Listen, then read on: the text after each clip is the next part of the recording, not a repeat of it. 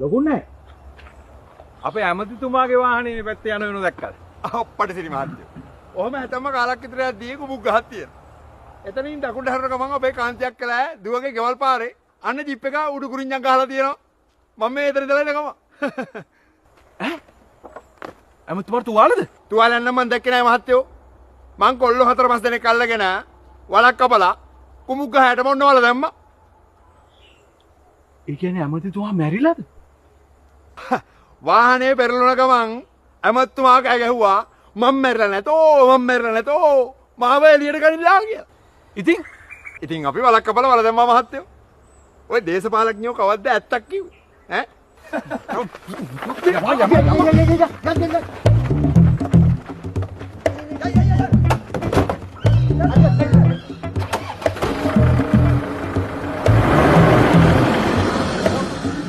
බහුවයක් යා මූණ මතකයි උඹේ.